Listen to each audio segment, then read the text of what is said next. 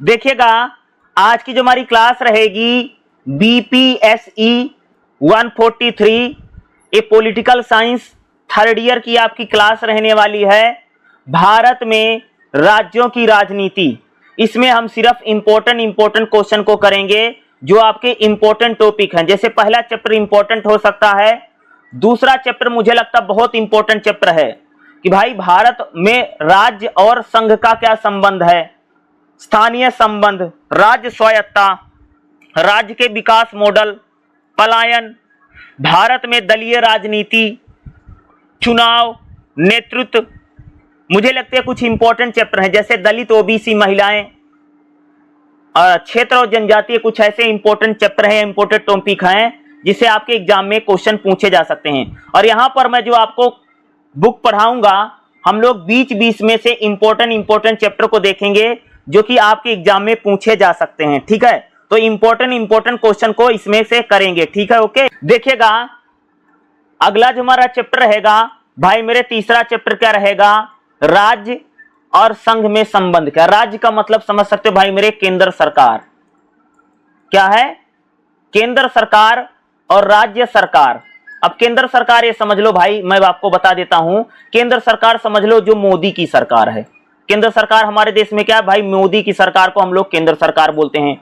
और राज्य सरकार समझ लो जैसे बिहार की सरकार है, हरियाणा की सरकार है, या पंजाब सरकार है, या दिल्ली में अगर आप लोग देखोगे तो उनकी सरकार आपको दिखाई देती, रेखा गुप्ता की सरकार है। ठीक है, इसको राज्य सरकार बोलते हैं। तो राज्य सरकार क्या है कि अलग अलग राज्यों में जो सरकारें, जैसे पंजाब की सरकार है, हरियाणा की सरकार है, यूपी की सरकार है, बिहार की सरकार है, दिल्ली में रेखा गुप्ता, ये राज्य सरकारें होती। केंद्र सरकार यानी सेंट्रल गवर्नमेंट, जो नरेंद्र मोदी की सरकार है। ठीक है, ये दो प्रकार की, इनमें कैसे संबंध होते हैं, इनमें रिलेशन हम बात करेंगे कि केंद्र को ही संघ बोल रहे हैं। ठीक है, संघ और राज्य में क्या संबंध होता है। तो भाई अगर मैं बात करूं तो केंद्र और राज्य में सबसे पहले विधायी शक्तियां होती, यानी विधायी शक्तियां का मतलब होता है कि भाई केंद्र सरकार किस पर कानून बनाएगी और राज्य सरकार किस पर कानून बनाएगी। इसको लेकर के खास तौर से सूची बनाई गई है। जैसे केंद्र और राज्यों के बीच में केंद्र सरकार किस पर कानून बनाएगी, जैसे मोदी सरकार है तो भाई मेरे मोदी की सरकार किस पर कानून बनाएगी। और जैसे बिहार सरकार, हरियाणा सरकार, पंजाब सरकार जो है, जो राज्य सरकारें हैं, वो किस पर कानून बनाएगी, यानी विधायिकी संबंध कैसे हैं। तो इसके लिए सूची बनाएगी, जैसे संघ सूची। संघ सूची का मतलब होता है कि इस संघ सूची में जितने विषय शामिल हैं उस पर कौन कानून बनाता है, उस पर कानून बनाती है भाई मेरे केंद्र सरकार। ठीक है, या कह सकते हैं नरेंद्र मोदी की जो सरकार होगी वह कानून बनाएगी, खास तौर से जो संघ सूची के मांगेगा। जैसे मैंने आपको क्या बताया भाई, केंद्र सरकार राज्य सरकार में सूचियां बना दी गई। जैसे अगर आप देखोगे जो संघ सूची है, संघ सूची पर केवल केंद्र सरकार कानून बना सकती। जो संघ सूची होगी उस पर केवल और केवल हमारे देश में केंद्र सरकार, यानी जो मोदी सरकार है, मोदी सरकार को ही भाई मेरे केंद्र की सरकार बोलते हैं। तो मोदी की सरकार या केंद्र सरकार किस किस पर कानून बना सकती है। तो जैसे अगर मैं बात करूं, जो संघ सूची इस पर केवल केंद्र सरकार कानून बनाएगी, जैसे रक्षा के मामले हो, डिफेंस वाले, विदेशी मामले, रेलवे, टेलीफोन, मुद्रा और नागरिकता के जो विषय होंगे, यानी कह सकते हैं जैसे रेलवे का मामला है, टेलीफोन का मामला है, मुद्रा का मामला है, नागरिकता का मामला है, या कोई रक्षा के मामले हैं, तो इस पर कौन कानून बनाएगा, संघ सूची में केंद्र सरकार कानून बनाएगी।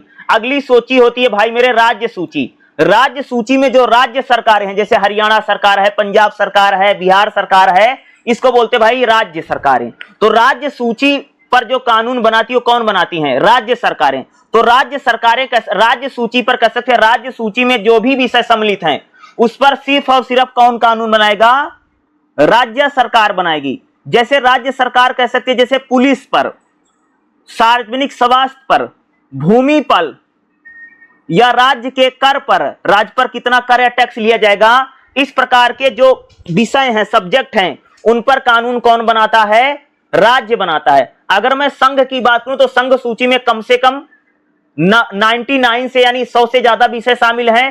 राज्य सूची में अगर आप बात करोगे तो 65 से ज्यादा विषय शामिल हैं, यानी जिस पर राज्य सरकारें कानून बना सकती है। अगली सूची है जी समवर्ती सूची। समवर्ती सूची का मतलब होता है कि जिसमें केंद्र और राज्य सरकार दोनों कानून बना सकते हैं। यानी समवर्ती सूची में जिस पर केंद्र सरकार, यानी जैसे नरेंद्र मोदी की सरकार केंद्र की सरकार है और राज्य सरकारें, जो कह सकते हो कि जैसे भाई राज्यों की अलग अलग जो सरकारें हैं, ये दोनों सरकारें समवर्ती सूची में जो विषय शामिल हैं उस पर कानून बना सकती है। जैसे शिक्षा, वन, विवाह, तलाक, श्रम कानून, यानी जैसे विवाह का मामला है, शिक्षा का मामला है, जंगलों का मामला है या तलाक का कोई मामला है, इस पर केंद्र और राज्य दोनों सरकारें कानून बना सकती। दोनों सरकारें स्वतंत्र हैं। क्या है? दोनों सरकारें स्वतंत्र हैं कि दोनों सरकार जब मन करें तो कानून बना सकती है। और जैसे मान लो भाई कि समवर्ती सूची में किसी विषय पर राज्य और केंद्र दोनों सरकार ने कानून बना दिया और दोनों कानून आपस में टकरा गए तो भाई केंद्र सरकार का कानून ही माना जाएगा। अगला होता अपशिष्ट शक्तियां। अपशिष्ट जो शक्तियां का मतलब होता है कि ऐसा कोई विषय जो ना तो केंद्र सरकार में लिखा गया है ना तो राज्य सरकार में लिखा गया, अगर ऐसा कोई विषय फ्यूचर में आएगा तो उस पर सिर्फ और सिर्फ केंद्र सरकार कानून बनाएगी। कौन बनाएगा? ऐसा कोई विषय जो तो ना तो केंद्र की सूची में है ना तो राज्य की सूची में है, अगर ऐसा कोई विषय आता है तो उस पर केवल केंद्र सरकार ही कानून बनाएगी। राज्य की विधानसभाओं पर केंद्र का नियंत्रण होगा। भाई राज्य में जो विधानसभा होती है, विधानसभा तो कानून बना सकती है लेकिन संसद के द्वारा बनाए गए कानून का कभी भी उल्लंघन नहीं कर सकती है। तो केंद्र और राज्य में जो विधायिकी संबंध है वो अलग अलग सूचियां, जैसे संघ सूची पर केंद्र सरकार कानून बनाती है, राज्य सूची पर राज्य की सरकार कानून बनाती है, समवर्ती सूची पर राज्य और केंद्र दोनों सरकारें कानून बनाती हैं। और जो अपशिष्ट शक्तियां हैं इसमें कह सकते कि अगर ऐसा कोई मामला फ्यूचर में आ गया, जैसे आज इंटरनेट का मामला आया है, इस पर कानून कौन बनाएगा? भैया केंद्र सरकार बनाएगी। पहले तो इंटरनेट नहीं था, ऐसा पता भी नहीं था ना, तो ऐसा कोई विषय अगर आ जाता कि फ्यूचर में भविष्य में आ जाता कि जो तो न राज्य की सूची में या केंद्र की सूची में है तो उस पर राज्य सरकार नहीं बल्कि केंद्र सरकार कानून बनाएगी। ठीक है। अगला हम लोग बात करेंगे केंद्र और राज्य में प्रशासनिक संबंध कैसे होते हैं। भाई केंद्र और राज्य में अगर आप देखोगे प्रशासन को लेकर के किस प्रकार के संबंध हम लोगों को देखने को मिलते हैं। भाई राज्यों को केंद्र हमेशा दिशा निर्देश देता किस प्रकार की आपको सरकार चलानी है। जैसे अगर आप लोग देखोगे हमारे देश में भाई मोदी सरकार जो है, केंद्र की सरकार है, वो राज्यों को नियम कानून बताता है कि आपको किस प्रकार से शासन व्यवस्था चलानी है, कानून व्यवस्था चलानी है। राज्य स्वतंत्र हैं लेकिन केंद्र सरकार उन्हें किसी भी काम को लेकर के दिशा निर्देश दे सकती है।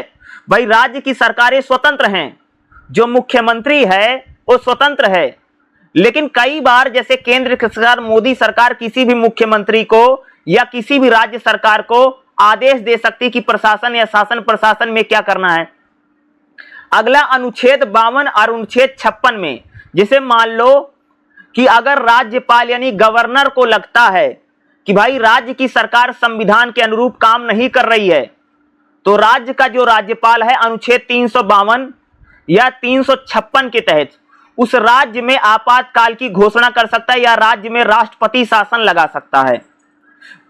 भाई अगर राज्य सरकार संविधान के अनुसार काम नहीं कर रही है तो राष्ट्रपति राज्यपाल जो होगा, जैसे भाई राज्य सरकार है, राज्य सरकार में मुख्यमंत्री है, मान लो अगर लगा कि भैया मुख्यमंत्री संविधान के अनुसार काम नहीं कर रहा है तो जो गवर्नर है, जो राज्यपाल है, वो राष्ट्रपति से शिकायत कर देगा कि यहां इस राज्य में संविधान के अनुसार काम नहीं चल रहा है।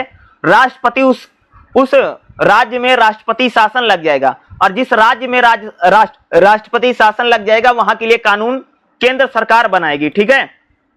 अगला केंद्र और राज्यों में शक्तियों का संयोजन होता है। भाई केंद्र और राज्य हमेशा शक्तियां दोनों आपस में बटी हुई हैं।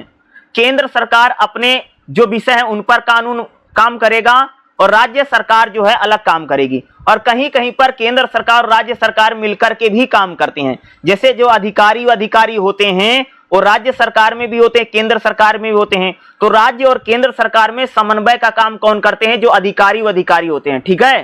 राज्यों में राज्यपाल की नियुक्ति की जाती है ताकि राष्ट्रपति या केंद्र सरकार यह देख सके कि किसी राज्य में संविधान के अनुसार अगर काम नहीं हो रहा है तो भाई राज्यपाल राष्ट्रपति शासन लगाने की सिफारिश कर देगा। तो राज्य और केंद्रों में संबंध को अच्छा बनाने के लिए केंद्र सरकार की तरफ से राज्यों में राज्यपाल यानी गवर्नर की नियुक्ति की जाती है। अगर बात करें जैसे कोई अंतरराष्ट्रीय जल संसाधन, राष्ट्रीय राजमार्ग, आप सबको पता होगा कि जो नेशनल हाईवे बनते हैं कई सारे राज्यों में बनते हैं, तो नेशनल हाईवे हैं या अंतरराष्ट्रीय जल संसाधन है, इस पर केंद्र सरकार को खुली छूट है, वो सड़कें वड़कें बना सकती हैं। अगला अखिल भारतीय सेवाएं, जो आईएएस होंगे, जो आईपीएस होंगे, वो केंद्र सरकार में भी काम करते हैं, राज्य सरकार में काम करते हैं। इस प्रकार से केंद्र और राज्य के प्रशासन को चलाने में आईएएस आईपीएस काम करते हैं। और भाई केंद्र सरकार जो राज्य सरकारों को पैसा भी देती है और राज्य सरकारों की मदद भी करती है। जैसे किसी राज्य में बाढ़ आ गई, सूखा पड़ गया या कोई आपदा आ गई है, तो केंद्र सरकार उस राज्य की क्या करती है भाई मेरे, हमेशा मदद करती है। तो केंद्र और राज्य में इस प्रकार का संबंध हम लोगों को देखने को मिलता है। तो भाई जो केंद्र सरकार हो या जो राज्यों की सरकारें हैं, उसमें हमेशा हम लोगों को संबंध या रिलेशन इस प्रकार से दिखाई देते हैं कि उनमें रिलेशन अच्छा खासा रहता है, चाहे केंद्र की सरकार हो या कह सकते भाई मेरे वहां राज्य की सरकार हो। तो काफी इंपॉर्टेंट चैप्टर है तीसरा, और मुझे लगता है कि भाई मेरे तीसरे चैप्टर से आपके एग्जाम में क्वेश्चन 100% पूछा जा सकता है। देखिएगा अगला जो हमारा चैप्टर रहेगा, चैप्टर नंबर 4 क्या रहेगा भाई मेरे, राज्य और स्थानीय संबंध के, यानी राज्य सरकारें जो होती हैं और जो हमारी स्थानीय सरकार मतलब आप समझते हो भाई, पंचायत, गांव में जो पंचायतें होती हैं और शहरों में जो नगर निगम और नगर पालिका होती है, उसी का हम स्थानीय संबंध करें कि भाई राज्य सरकारों में और स्थानीय लेवल पर जो सरकारें होती हैं, भाई पंचायतें और नगर निगम ये हमारी स्थानीय सरकारें हैं। भाई बड़े शहरों में तो नगर निगम होता है और छोटे शहरों में नगर पालिका होती है। तो नगर पालिका, नगर निगम और पंचायतें जो है इनको भी संविधान में अधिकार मिला है। और राज्य और स्थानीय संबंध की बात करेंगे जिसमें हम लोग खास तौर से 73वां संविधान संशोधन, जिसमें कह सकते कि भारत में गांव में पंचायतों का गठन किया गया। क्या भाई मेरे, गांव में पंचायतों का गठन किसमें किया गया है, 73वां संविधान संशोधन में।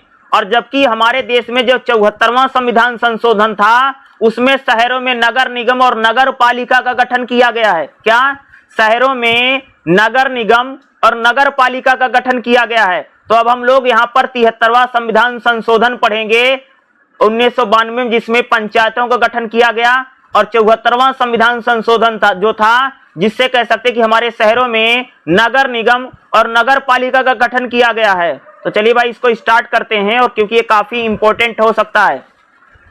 तो देखिएगा 73वां संविधान संशोधन जिसके जरिए भारत में पंचायती राज व्यवस्था को लागू किया गया। पंचायती राज व्यवस्था उस समय के प्रधानमंत्री जवाहरलाल नेहरू के द्वारा 2 अक्टूबर 1959 को राजस्थान के नागौर जिले से शुरू की गई है। भाई भारत में जो पंचायती राज व्यवस्था है ये 2 अक्टूबर 1959 को राजस्थान के नागौर जिले से शुरू किया गया। उसके बाद भारत के सभी राज्यों में पंचायती राज व्यवस्था को लागू किया गया है। लेकिन 73वां संविधान संशोधन जब किया गया उसमें पंचायतों को संविधान का दर्जा दिया गया है। इसके अलावा पंचायतों में चुनाव की कमी और कमजोर तबकों जैसे एससी एसटी को पंचायतों में कह सकते एक प्रकार से आरक्षण भी दिया गया है। अगर मैं बात करूं पंचायती राज संस्था को, एक प्रकार से पंचायती राज को 1989 में राजीव गांधी की सरकार ने 64वां विधेयक अधिनियम पेश किया, लेकिन यह विधेयक पारित नहीं हो सका। बाद में राष्ट्रीय मोर्चा की सरकार ने 74वां संविधान संशोधक विधेयक पारित किया, लेकिन कानून नहीं बन सका क्योंकि 9वीं लोकसभा भंग हो गई। और अंत में भाई मेरे 1992 में 73वां संविधान संशोधन संसद में पारित किया गया, जिसके जरिए भारत के गांव में पंचायती राज व्यवस्था को लागू किया गया कि भाई गांव में पंचायतें होंगी और पंचायतों को संविधान का दर्जा मिला। उसी समय पीवी नरसिम्हा राव की सरकार थी, कांग्रेस की सरकार थी जब ये बना। भारत में भाई 1992 में जब पंचायती राज व्यवस्था लागू की गई तो हमारे देश में उस समय प्रधानमंत्री पीवी नरसिम्हा राव थे और कांग्रेस सरकार की थी। उनके पास 24 अप्रैल को राष्ट्रीय पंचायती दिवस मनाया जाने लगा। संविधान की 7वीं अनुसूची में स्थानीय शासन का विषय शामिल है, इसलिए राज्य सरकार को राज्य के स्तर पर कानून बनाने चाहिए। राजस्थान उन अग्रणी राज्यों में से है जहां पर पंचायती राज व्यवस्था सबसे पहले लागू की गई। और पंचायती राज व्यवस्था 3 प्रकार की है, गांव के स्तर पर, ब्लॉक के स्तर पर और जिला परिषद के स्तर पर पंचायतें होती हैं।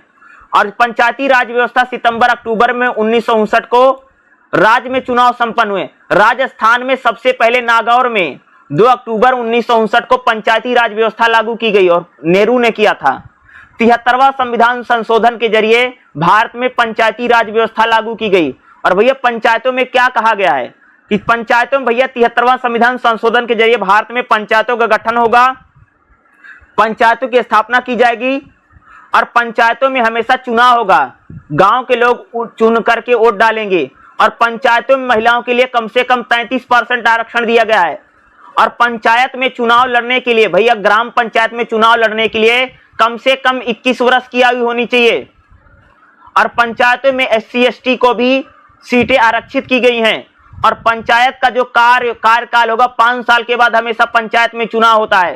पंचायतों को चुनाव कब होता है भाई? 5 साल के बाद चुनाव होता है, ठीक है। और पंचायतों में महिलाओं को 33% आरक्षण दिया गया है। पंचायतों में चुनाव लड़ने के लिए कितनी उम्र होनी चाहिए? 21 साल की उम्र होनी चाहिए।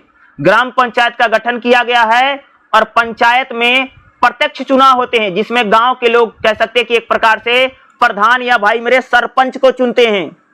पंचायतों में किसको चुना जाता है? या तो भाई ग्राम प्रधान होगा या तो सरपंच होगा, कहीं कहीं पर मुखिया भी बोला जाता है कि जो पंचायतों में जिसको चुना जाता है।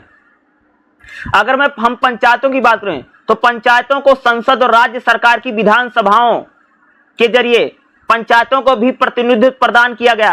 पंचायतों में पिछड़े वर्ग के लिए भी सीटें आरक्षित की गई हैं। अगर मैं पंचायतों के विकास के लिए अगर आप देखोगे तो हमारी जो पंचायतें हैं भाई, पंचायत भी लगभग 29 विषयों पर कानून बना सकती है। पंचायत भाई, पंचायत कौन कौन से विषयों पर कानून बना सकती है? पंचायत जो है वो खास तौर से कर पर, शुल्क पर, यातायात पर, इन प्रकार के विषयों पर पंचायतें भी क्या कर सकती हैं? कानून बना सकती हैं। भाई पंचायत किस किस पर कानून बनाएगी? संविधान में 73वां संविधान संशोधन 1992 में 24 अप्रैल 1973 को संविधान में 11वीं अनुसूची में जोड़ा गया। पंचायत कौन कौन किस पर कानून बनाती है? जैसे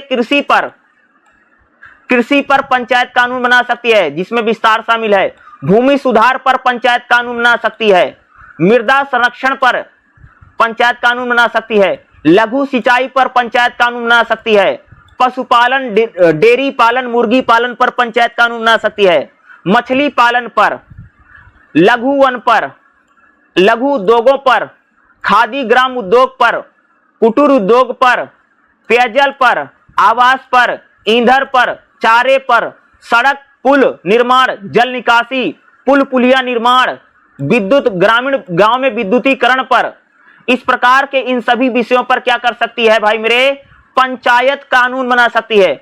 बताया जाता है टोटल 29 विषय हैं जिस पर कह सकते भाई मेरे हमारे देश में पंचायतें कानून बना सकती हैं। कि पंचायतों को भी जैसे संसद कानून बनाती है उसी प्रकार से कह सकते लगभग 29 विषय ऐसे हैं जिन पर भारत में ग्राम पंचायत कानून बना सकती है। मेले पर, बाजारों पर, औपचारिक शिक्षा पर, वोकेशनल एजुकेशन पर, पुस्तकालय पर, मेलों पर, गरीबी उन्मूलन पर या प्राइमरी शिक्षा पर या अनुसूचित जनजाति की महिलाओं के विकास पर, सामाजिक कल्याण पर, ये सभी इतने विषय हैं जिन पर कह सकते भाई मेरे पंचायत कानून बना सकती है। अगला हम लोग पढ़ेंगे 74वां संविधान संशोधन 1992 में। भाई मेरे 74वां संविधान संशोधन जब किया गया तो शहरों में नगर निगम या नगर पालिका का गठन किया गया है। क्या किया गया है? कि शहरों में नगर पालिका या नगर निगम का गठन किया गया है। भैया बड़े शहरों में तो नगर निगम होता है, जैसे दिल्ली उल्ली में होता है, मुंबई में, रोहतक में भी कह सकते भाई मेरे क्या है, नगर निगम है। बड़े शहरों में नगर निगम, छोटे शहरों या कस्बों के लिए नगर पालिका का गठन किया गया है। शहरों में अगर स्थानीय लेवल पर अगर हम बात करेंगे तो 74वां संविधान संशोधन में नगर निगम या नगर पालिका को जोड़ा गया है। और नगर पालिका और नगर निगम 3 प्रकार के होते हैं। पहला होता भाई नगर निगम, दूसरा होता नगर परिषद और तीसरा होता है नगर पंचायत। नगर पालिका के सदस्य का चुनाव जनता के द्वारा किया जाता है। इसके लिए सभी क्षेत्रों में को वार्ड में, देखो शहरों में देखा वार्ड बना दिए जाते हैं ना, अलग अलग वार्ड होते हैं। छोटी नगर पालिकाओं में 1500 से 6000 तक की जो जनसंख्या होती है उसके लिए एक वार्ड होता है, जबकि बड़ी नगर पालिका में 30,000 से लेकर के 2 लाख तक की बड़ी नगर पालिका होती है। अगर भाई अगर आप देखेंगे नगर निगम नगर पालिका में भी SC ST को और महिलाओं को भी आरक्षण दिया गया है। अगर नगर पालिका की बात करें, नगर पालिका जो है वह लोकसभा सदस्य और विधानसभा सदस्य की तरह नगर पालिका का भी चुनाव होता है। और कई कई शहरों में अगर आप देखेंगे तो नगर निगम होता है। नगर निगम नगर पालिका का समय भी 5 साल के बाद और 5 साल के बाद चुनाव होता है। नगर निगम या नगर पालिका का चुनाव में भी अगर आप देखेंगे तो आम जनता डायरेक्ट वोट दे करके चुनती है नगर निगम या नगर पालिका को। भाई नगर निगम नगर पालिका को भी देखोगे ना, वार्ड मेंबर होते हैं, वार्ड का जो चुनाव करवाया जाता ना, भाई मेरे नगर निगम या नगर पालिका क्या कर सकती है, कौन कौन सी चीजों पर कानून बना सकती है। अगर मैं बात करूं नगर पालिका या नगर निगम टोटल 18 विषयों पर कानून बना सकते हैं। कितने? जो शहरों में नगर निगम होता है ना या नगर पालिका होती है, टोटल 18 टॉपिक हैं या 18 विषय हैं जिस पर एक कानून बना सकते हैं। जैसे शहरी योजना पर, टाउन योजना पर, भू उपयोग रेगुलेशन पर, भवन निर्माण पर, रोड और पुल बनाने पर, जन स्वास्थ्य पर, स्वच्छता पर, घरेलू और औद्योगिक व्यवसाय पर, अग्नि सेवाओं पर, शहर में जो पर्यावरण उसको लेकर के कानून बना सकते हैं। समाज के कमजोर वर्ग के हितों के लिए कानून बना सकते हैं। झुग्गी बस्तियों के सुधार करने के लिए, उनको पक्का मकान बनाने के लिए नगर निगम नगर पंचायत कानून बना सकती है। शहरी गरीबी, शहरों में जो गरीबी उसको दूर करने के लिए नगर निगम या नगर पालिका कानून बना सकती है। संस्कृति और शैक्षिक पर, शमशान घाट कब्रिस्तान बनाने पर नगर निगम नगर पालिका कानून बना सकती है। मवेशियों को तालाब बनाना और जानवरों की हिंसा को रोकने के लिए नगर निगम नगर पालिका कानून बना सकती है। स्ट्रीट लाइट, पार्किंग और बस स्टॉप और पार्क बनाने में नगर निगम या नगर पालिका कानून बना सकती है। जन्म और मृत्यु का प्रमाण पत्र को लेकर के नगर निगम नगर पालिका कानून बना सकती है। कसाई घरों को लेकर के नगर निगम या नगर पालिका कानून बना सकती हैं। शहरी सुविधाओं को लेकर के जैसे पार्कों का निर्माण, मॉडर्न खेलकूद के मैदानों को बना करके नगर पालिका या नगर निगम कानून बना सकते हैं। तो भाई नगर निगम या नगर पालिका जो होती है शहरों में, ये टोटल 18 विषय यानी टोटल 18 टॉपिक ऐसे हैं जिन पर कह सकते हैं नगर निगम या नगर पालिका को कानून बनाने की पूरी शक्तियां हैं। भाई खुली छूट है कह सकते हैं, जिस पर नगर निगम या नगर पालिका कानून बना सकती है।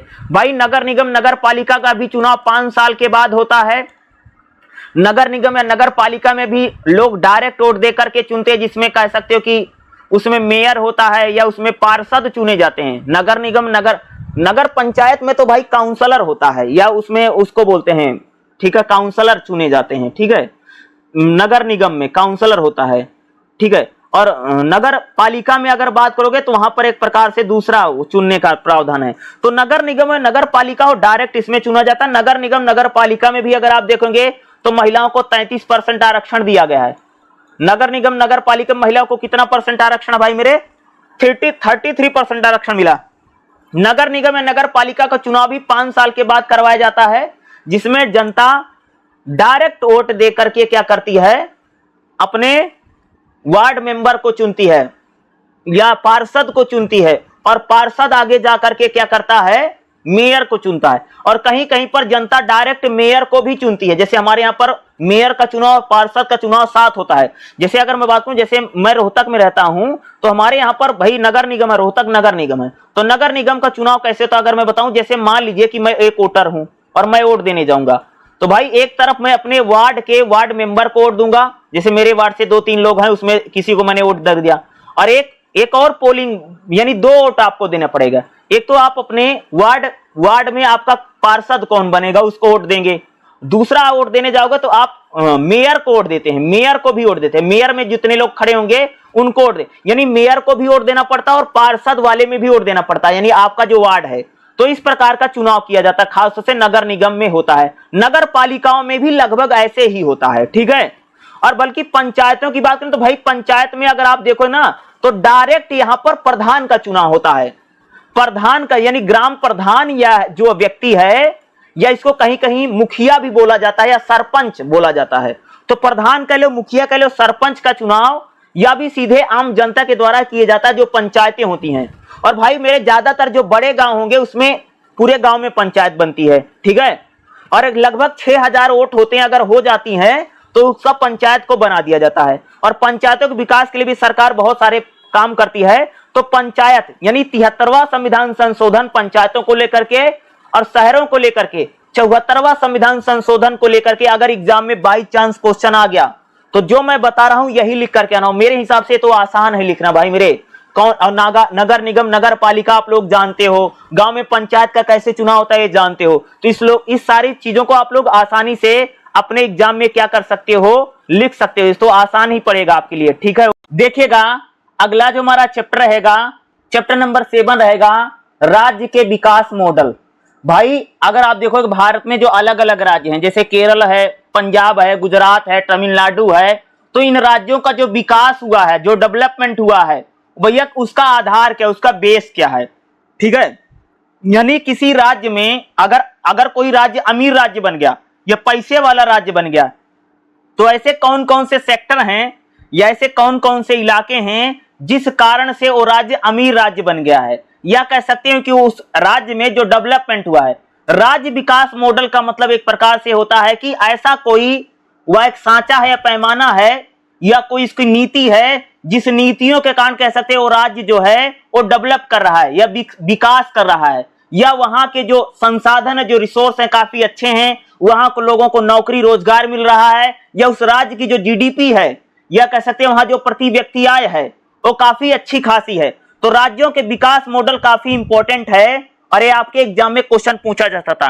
तो भाई राज्यों की विकास मॉडल कौन कौन से, सबसे पहले हम लोग बात करें भाई गुजरात की। नंबर 1 गुजरात की भाई बात कर लेते हैं। सबसे पहले गुजरात को ही बताता हूं। देखो भाई गुजरात के अगर विकास मॉडल की बात करूं, भाई नरेंद्र मोदी की सरकार है, नरेंद्र मोदी वाइब्रेंट गुजरात या गुजरात का विकास मॉडल की चर्चा 2014 में पूरे देश में हुई, ठीक है। जब 2014 में चुनाव हो रहे थे तो गुजरात मॉडल की चर्चा पूरे देश में गूंजी, ठीक है। तो भाई गुजरात का मॉडल क्या है, क्योंकि नरेंद्र मोदी की सरकार में ही गुजरात में कह सकते गुजरात मॉडल की बात की गई है। तो अगर मैं गुजरात की बात करूं तो गुजरात का जो विकास है वो खासतौर से औद्योगिक विकास है। कैसा विकास है जी गुजरात का? औद्योगिक विकास है, यानी उद्योग धंधों के जरिए गुजरात ने विकास किया है। दूसरा कह सकते हैं गुजरात ने इंफ्रास्ट्रक्चर, यानी वहां पर इंफ्रास्ट्रक्चर और औद्योगिक विकास हुआ है। गुजरात की अगर बात करूं, गुजरात में ऑटोमोबाइल सेक्टर, पेट्रोकेमिकल सेक्टर या मैन्युफैक्चरिंग सेक्टर ज्यादा रहा है। यानी गुजरात में अगर आप देखो ऑटोमोबाइल की कंपनियां लगी हैं, मैन्युफैक्चरिंग सेक्टर बहुत सारा लगा है। यानी गुजरात का जो विकास का मॉडल है, ज्यादातर उद्योग धंधों का मैन्युफैक्चरिंग की जा रही है, ऑटोमोबाइल की कंपनियां लगी हुई हैं। ये गुजरात के विकास का मॉडल हम लोग कह सकते हैं। गुजरात की अगर बात करूं तो गुजरात में बहुत सारा विदेशी निवेश भी आया है। विदेशी कंपनियां या विदेशी जो इंडस्ट्री है वो गुजरात में आकर के लगी है, जो कह सकते हैं गुजरात का विकास का मॉडल है। लेकिन गुजरात को लेकर के कहा जाता है कि गुजरात ने विकास, औद्योगिक विकास पर बहुत ज्यादा ध्यान दिया है, लेकिन गुजरात ने पर्यावरण पर या शिक्षा पर या स्वास्थ्य का प्रदर्शन गुजरात में कमजोर है। भैया गुजरात तो कह सकते हैं कि उद्योगों में, ऑटोमोबाइल में, मैन्युफैक्चरिंग में, इंडस्ट्री में गुजरात तो बहुत आगे निकल गया विकास के मॉडल में, लेकिन कह सकते हैं जो गुजरात है वो शिक्षा में या स्वास्थ्य में काफी कमजोर हालत है। कह सकते हैं गुजरात का जो मॉडल है वो कह सकते हैं कि औद्योगिक विकास अच्छा हुआ है, इंडस्ट्री काफी अच्छी लगी है गुजरात में, गुजरात डेवलप किया है। और वो कह सकते हैं ज्यादातर जो डेवलप गुजरात है वो कह सकते हैं कुछ खास लोगों को ज्यादा मौका मिला है। लेकिन गुजरात की आलोचना इसलिए की जाती है कि गुजरात में शिक्षा और स्वास्थ्य की हालत काफी कमजोर है। अगला हम बात करेंगे पंजाब का मॉडल कैसा है। अगर मैं पंजाब की बात करूं तो पंजाब मुख्यतः कृषि पर आधारित विकास है। आप लोगों ने 2021 में और 22 में देखा होगा कि दिल्ली को घेरे बैठे किसान थे, और हमारे देश में जो पूरा फार्मर प्रोटेस्ट चला, जो सरकार ने 3 काले कानून वापस लिए, जो 3 कृषि कानून थे उसको काले कानून कहे इन लोगों ने भाई, किसानों ने। और पंजाब की किसानों ने आकर के पूरी दिल्ली को घेरे रखा, और पंजाब का जो विकास का मॉडल है वो पूरी तरह से कृषि आधारित मॉडल है। पंजाब की अगर बात करूं तो हरित क्रांति का सबसे बड़ा फायदा पंजाब को मिला। इसलिए कह सकते हैं कि पंजाब जो है आजादी के बाद या 1960 या 70-80 के दौर में पंजाब ने एग्रीकल्चर खेती में बहुत बड़ा, जैसे गेहूं उत्पादन, गन्ना उत्पादन में कह सकते हैं पंजाब भारत में अग्रणी राज्यों में रहा, या मोटा अनाज का जो उत्पादन है पंजाब में बहुत ज्यादा रहा। तो पंजाब कह सकते हैं कि एग्रीकल्चर सेक्टर है, पंजाब में कृषि बहुत हुई, खास तौर से गन्ने उत्पादन में, गेहूं के उत्पादन में, धान के उत्पादन में, सरसों के उत्पादन में, आलू के उत्पादन में। तो पंजाब जो है वो एग्रीकल्चर सेक्टर में काफी बेहतर रहा। इसलिए कह सकते हैं कि पंजाब का जो पूरा विकास का मॉडल है वो कृषि का मॉडल है। अगर पंजाब की बात करूं तो वहां पर सिंचाई के साधन अच्छे हैं, क्योंकि पंजाब जो है वहां नदियां काफी, क्योंकि पंजाब का नाम ही 5 नदियों के नाम पर पड़ा, पंज यानी 5 नदी, आब माने आना। तो क्योंकि पंजाब में सिंचाई के साधन अच्छे खासे मौजूद हैं, पंजाब एक प्रकार से कह सकते हैं कि नदियों का प्रदेश है, काफी नदियां हैं, जैसे चिनाब है, सतलुज है, झेलम है, रावी है, तो काफी नदियां रही, ठीक है। इसलिए कह सकते हैं पंजाब में खेती के योग्य भूमि भी है, और पंजाब की जो भूमि है कृषि योग्य भूमि अच्छी खासी है। तो पंजाब का जो ज्यादातर विकास हुआ भैया वो कैसे हुआ है? कृषि पर विकास हुआ है। कृषि पर आधारित निर्भरता पंजाब में बहुत ज्यादा है कह सकते हो, लेकिन कह सकते हैं भूजल का दोहन पंजाब में बहुत हो रहा है, और पर्यावरण कह सकते हैं कि पंजाब संकट में है। तो पंजाब का जो पूरा विकास का मॉडल है वो औद्योगिक मॉडल नहीं, बल्कि एक प्रकार से एग्रीकल्चर सेक्टर का मॉडल है। अगला जो हम विकास के मॉडल पढ़ेंगे भैया केरल का मॉडल पढ़ेंगे। केरल, अगर मैं केरल की बात करूं तो केरल का जो विकास है ना वो मुख्यतः कह सकते हैं शिक्षा का मॉडल है और स्वास्थ्य का मॉडल है। केरल ने जो पूरा डेवलप किया है उस एजुकेशन पर और हेल्थ पर किया है। केरल का जो विकास का मॉडल है वो 2 चीजों पर निर्भर करता है। एक तो भैया शिक्षा पर, आप सबने खूब सुना होगा भाई केरल में 99% पढ़ा लिखा आदमी है, और केरल में दूसरा स्वास्थ्य पर। अगर आप देखो दिल्ली में कहीं पर जाओगे ना तो आपको केरल की नर्सें बहुत मिलेंगी, आपको केरल की जो नर्सें होती हैं वो आपको बहुत सारे हॉस्पिटल में मिलेंगी। बोर्ड बॉय जो हो केरल का आपको मिलेगा, नर्सें आपको केरल की मिलेगी।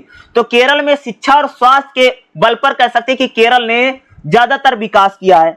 अगर बात करूं तो केरल जो है उच्च साक्षरता है, केरल में लगभग 99% जो लोग हैं पढ़े लिखे हैं, और केरल कह सकते हैं शिक्षा के दम पर डेवलप हुआ है केरल की अगर मैं बात करूं। और केरल में देखोगे सामाजिक कल्याण यानी लोगों का स्वास्थ्य कल्याण बेहतर है, लोगों की अच्छी खासी कमाई है, और महिला सशक्तिकरण भी काफी है, क्योंकि केरल में महिलाएं काफी डॉक्टरी क्षेत्र में और काफी सेक्टर में काम करती, तो महिला सशक्तिकरण भी केरल में हुआ है। केरल की अगर बात करूं तो खाई से HID यानी ह्यूमन डेवलपमेंट इंडेक्स में केरल जो है भारत में शीर्ष पर है। यानी कह सकते हैं यहां पर ह्यूमन यानी कह सकते हैं मानव विकास जो सूचकांक है केरल में बहुत अच्छा है। और केरल ने जो विकास किया है वो 2 चीजों पर, एक तो शिक्षा के आधार पे किया भैया, और दूसरा स्वास्थ्य के आधार पर, यानी कह सकते हैं एजुकेशन और हेल्थ सेक्टर पर। अगला मैं तमिलनाडु की हम लोग बात करें, तमिलनाडु का मॉडल क्या है? तमिलनाडु खास तौर से औद्योगिक क्षेत्र का विकास हुआ है तमिलनाडु में। तमिलनाडु में इंडस्ट्री बहुत है, दूसरा सेवा सेक्टर बहुत है तमिलनाडु में। तो तमिलनाडु का सर्विस सेक्टर और इंडस्ट्री के ऊपर कह सकते हैं तमिलनाडु का पूरा विकास मॉडल है। तमिलनाडु में ऑटोमोबाइल कंपनियां काफी हैं, दूसरा टेक्सटाइल यानी कपड़ा उत्पादन बहुत हो रहा है तमिलनाडु में, टेक्सटाइल और ऑटोमोबाइल के काफी सेक्टर हैं। दूसरा आजकल IT सेक्टर भी तमिलनाडु में बहुत है। तो IT sector, textile sector, automobile sector, जिस कारण से कह सकते हैं कि तमिलनाडु का यह विकास का मॉडल है, तमिलनाडु ने इस पर विकास किया है। शहरी भूमिका अगर हम लोग बात करें तो सरकार ने भी यहां पर काफी कल्याणकारी योजना, भाई तमिलनाडु की जो सरकार है वो नागरिकों के लिए बड़ी वेलफेयर सरकारें चलाती हैं। तो तमिलनाडु का विकास मॉडल भी अगर हम लोग बात करें तो वहां पर अगर आप देखोगे जब वहां DMK AIDMK जयललिता की सर, जयललिता भाई गरीबों को खाना 5 रुपए में मिलता था। सरकार की ऐसी बहुत सारी योजनाएं हैं जो कल्याणकारी योजनाएं हैं। तो तमिलनाडु का जो विकास का मॉडल है कल्याणकारी मॉडल है, जिसमें गरीब लोगों के लिए या असहाय लोगों के, निर्धन लोगों के लिए सरकार बहुत सारे फ्रीबी या कह सकते हैं उनको सपोर्ट करती है। तो कल्याणकारी विकास का मॉडल तमिलनाडु का मॉडल।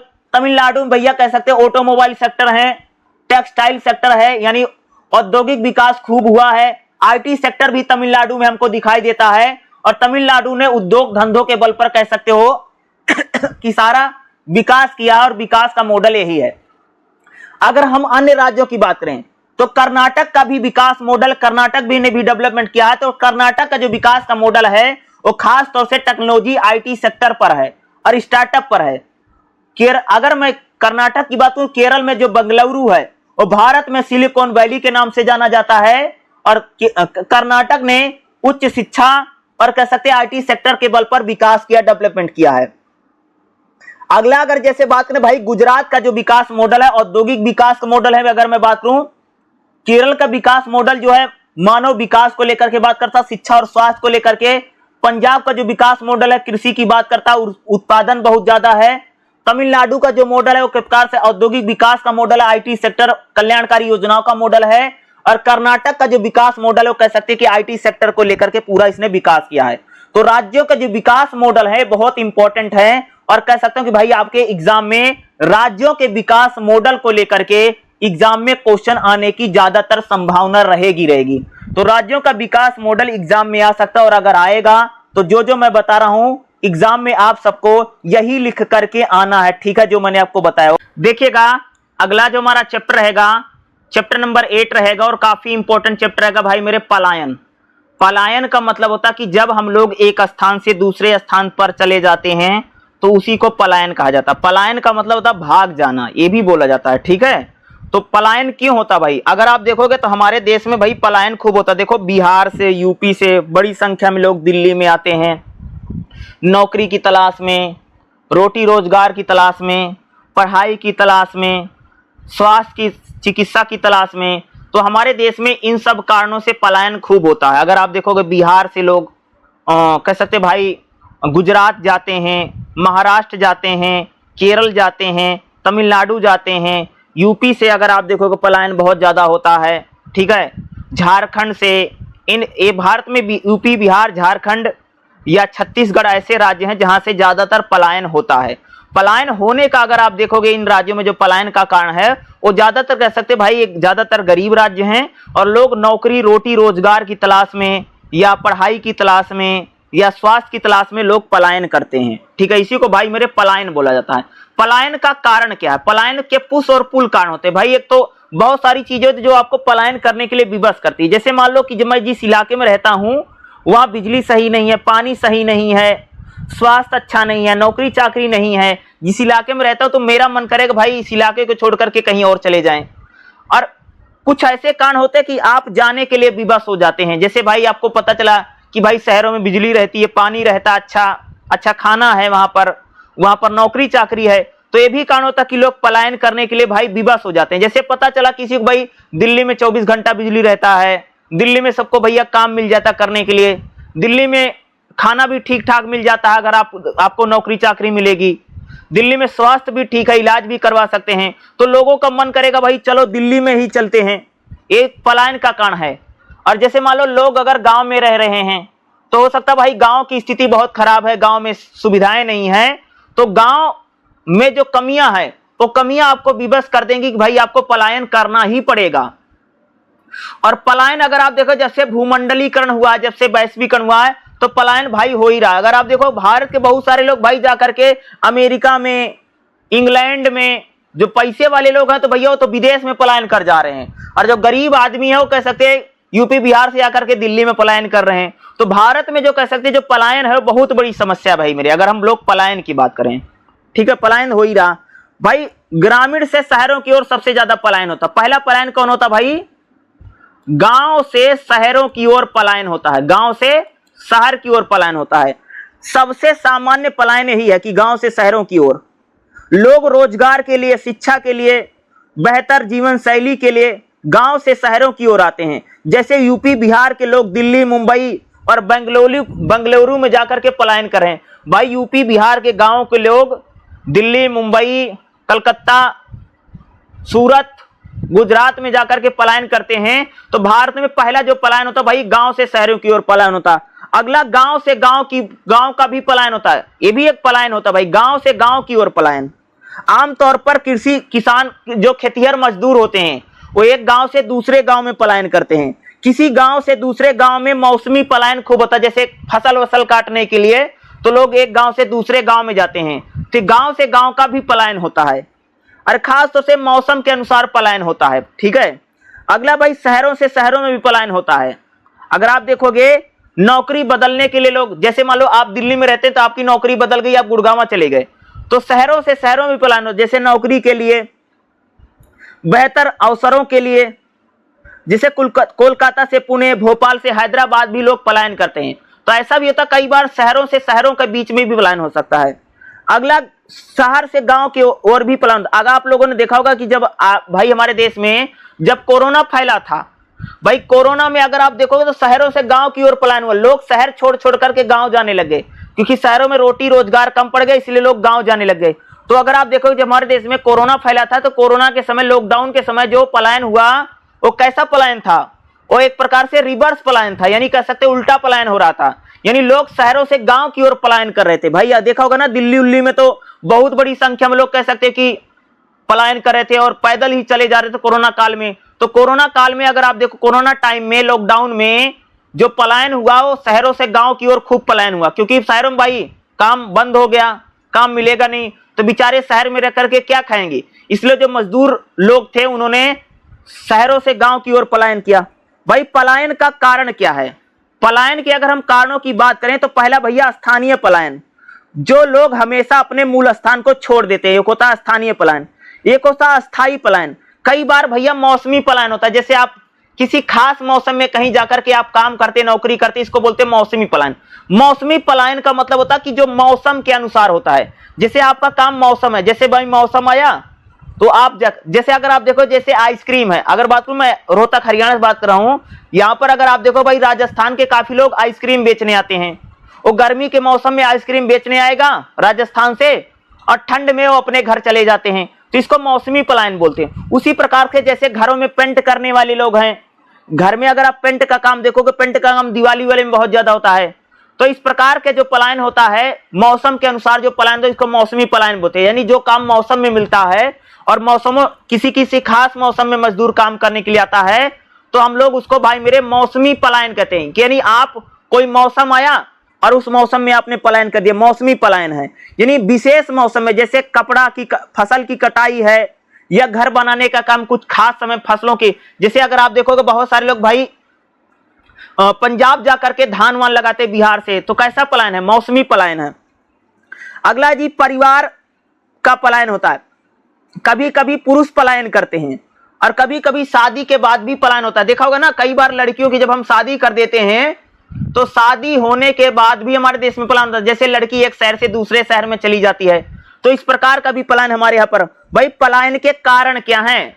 भाई भारत में जो पलायन उसका रीजन में बता रहा हूं। पहला कारण भैया बेरोजगारी, बेरोजगारी के कारण लोग नौकरी के लिए पलायन करते हैं, एक स्थान से दूसरे स्थान, शहरों से गांव से शहरों की ओर जाते हैं। गरीबी, दूसरा है भूखमरी या गरीबी के कारण पलायन करते हैं। बेरोजगारी के कारण, गरीबी के कारण और सूखा पड़ने के कारण लोग पलायन करते हैं। शिक्षा सुविधाओं के लिए लोग पलायन करते हैं, स्वास्थ्य सुविधाओं में कमी के लिए लोग पलायन करते हैं, जातीय भेदभाव को लेकर के लोग पलायन करते हैं। जैसे मान लो कि पलायन शहरों में लोग क्यों पलायन करके आते हैं? नौकरी के तलाश में आते हैं, अच्छे वेतन की तलाश में आते हैं, शहरों में अच्छी शिक्षा मिल जाएगी इसलिए लोग पलायन करके आते हैं, शहरों में अच्छा स्वास्थ्य सुविधा मिल जाएगी इसलिए लोग पलायन करके शहरों में आते हैं, शहरों में भाई बिजली पानी है अच्छी खासी इसलिए लोग पलायन करके कह सकते बड़ी संख्या में शहरों की ओर आते हैं। तो भाई ये क्या पलायन के कारण है?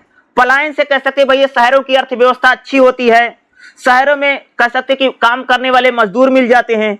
पलायन का क्या हानिकारक प्रभाव है कि भाई जब कोई व्यक्ति पलायन करता है तो गांव की अर्थव्यवस्था खराब हो जाती है, शहरों में झुग्गी झोपड़ी बहुत पड़ती है पलायन से, और जब जो मजदूरों की कमी गांव में हो जाती जब पलायन होता है। तो अगर आप देखोगे भारत में पलायन बहुत होता, बड़ी संख्या में अगर आप देखोगे यूपी बिहार से लोग पलायन करके दिल्ली में आकर के बस रहे हैं। तो पलायन एक इंपॉर्टेंट टॉपिक है, इंपॉर्टेंट क्वेश्चन है, और इसको लेकर के आपके एग्जाम में भाई मेरे क्वेश्चन पूछा जा सकता है, और क्वेश्चन पूछने की सबसे ज्यादा संभावना रहेगी कि पलायन वाले चैप्टर से आ सकता हो।